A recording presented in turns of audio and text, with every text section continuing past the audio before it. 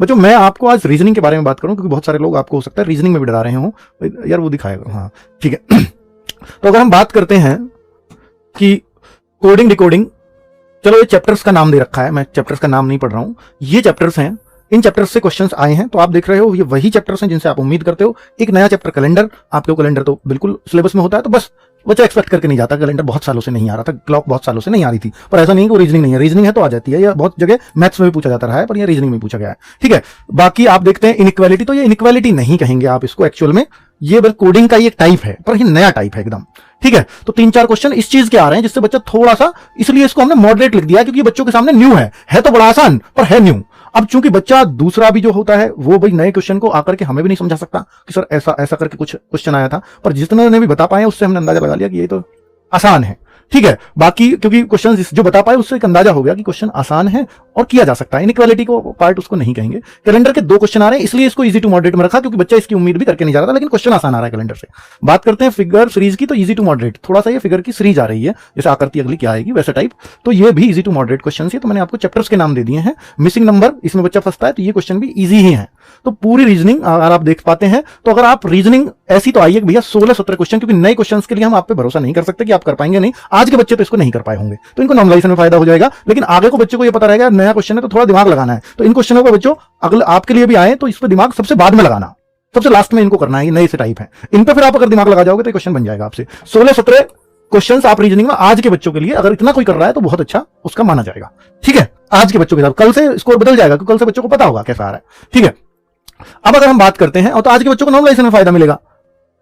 अब अगर देखें कि मैथ्स की बात, तो मैथ्स पूरा आप देख रहे होंगे इजी इजी आया है सब कुछ। मैथ्स बच्चे रीजनिंग से आसान बता रहे हैं कि रीजनिंग करना मुश्किल हो रहा है, मैथ्स करना आसान है, क्योंकि जो मैथ्स जिनका कमजोर भी था वो भी अच्छा करके आए मैथ्स को। तो ये आपके चैप्टर्स आपको दिखाई दे रहे हैं, किस चैप्टर्स का क्या रेस हो रहा है वो भी आपको दिखाई दे रहा है। ये अदर टॉपिक क्या लिखा है, अदर कोई नया टॉपिक नहीं है जिसको बच्चे बता ही नहीं पा रहे हैं वो किससे थे। तो सबके बाद से इनमें से मान लो जैसे इसमें 2 आए हो, किसी ने 1 बता दिया, इसलिए 3 की कमी रह गई, 17 का तो रिव्यू मिल गया। तो हो सकता है कोई प्रॉफिट लॉस के 2 रह गए हों, HCM LCM के 4 आ गए हों, या किसी और रेशियो में से 2 आ गए हों, तो ये 3 क्वेश्चन उनमें से कोई अदर टॉपिक नया नहीं पैदा हुआ।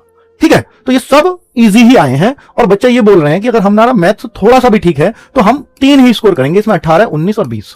तो मैथ्स के ये स्कोर ही अच्छे माने जाएंगे अगर आप कर पा रहे हैं। अब आपके सर क्यूब वाला चैप्टर है, यानी 3D वाला, तो हाँ वहां से क्वेश्चन है। ठीक है, 3D से और 2D से मिला के एक ही क्वेश्चन है। तो अब आप देख पा रहे हैं भैया ये जो क्वेश्चन है मैथ्स के बहुत आसान पूछे गए हैं, इसलिए 18, 19, 20 ही इसमें स्कोर चलेगा। अब आप बात करते हैं इंग्लिश की, जो बच्चे इंग्लिश कर रहे हैं उनके लिए भी एक्टिव पैसिव एक नई चीज आ गई ना, है ना। तो 1 question idiom, 1 question antonym, 3 question synonym, passage है, क्लोज टेस्ट नहीं है, वो खाली स्थान वाला क्वेश्चन आंसर वाला आया पैसेज, एरर आ गई, सेंटेंस इंप्रूवमेंट आ गया, 3 क्वेश्चन अदर, इनमें से ही कुछ रिलेट करके रहा होगा इसलिए अदर लिख दिया है। बाकी इजी टू मॉडरेट, कुछ भी मॉडरेट है, तो इडियम फ्रेज का है, थोड़ा सा बच्चों के लिए मुश्किल लग रहा है। ठीक है, चलो इंग्लिश हो गई। हिंदी की मैं बात करता हूं, तो भाई हिंदी में आप ये देखिए, हिंदी में नई चीज क्या आ रही है, पत्राचार से रिलेटेड क्वेश्चन, पत्राचार से रिलेटेड क्वेश्चन 2 क्वेश्चन है। तो ये अब चूंकि ये नई चीज है, एकदम न्यू चीज है, तो बच्चों को मॉडरेट ही लगेगी। ठीक है, मॉडरेट ही लगेगी। तो ये 2 क्वेश्चन बच्चों को हो सकता है गलत हुए, जिसने थोड़ा सा समझ के कर दिया होगा हो सकता है वो इसको सही भी कर दे।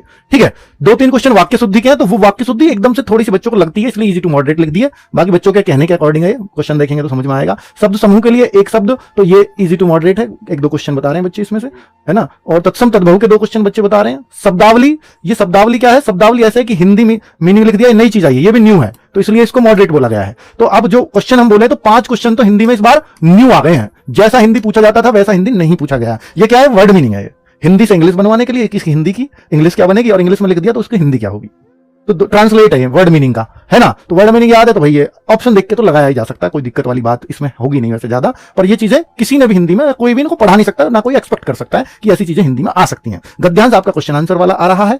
ठीक है, बाकी तो सब हिंदी वाली चीज है ही। तो बच्चों हिंदी में भी बच्चों को परेशान किया गया है, तो इसमें अगर मैं इन दोनों को छोड़ भी दूं तो 15 क्वेश्चन आपके बनाने वाले हैं, हिंदी में आसानी से बन जाएंगे। अब इनमें से थोड़ा सा अगर आप दिमाग लगाओ तो 2 क्वेश्चन आप आराम से बनाओगे, 2 क्वेश्चन, तो 17 क्वेश्चन हिंदी में एक अच्छा स्कोर माना जाएगा अगर आप इतना कर पा रहे हैं तो।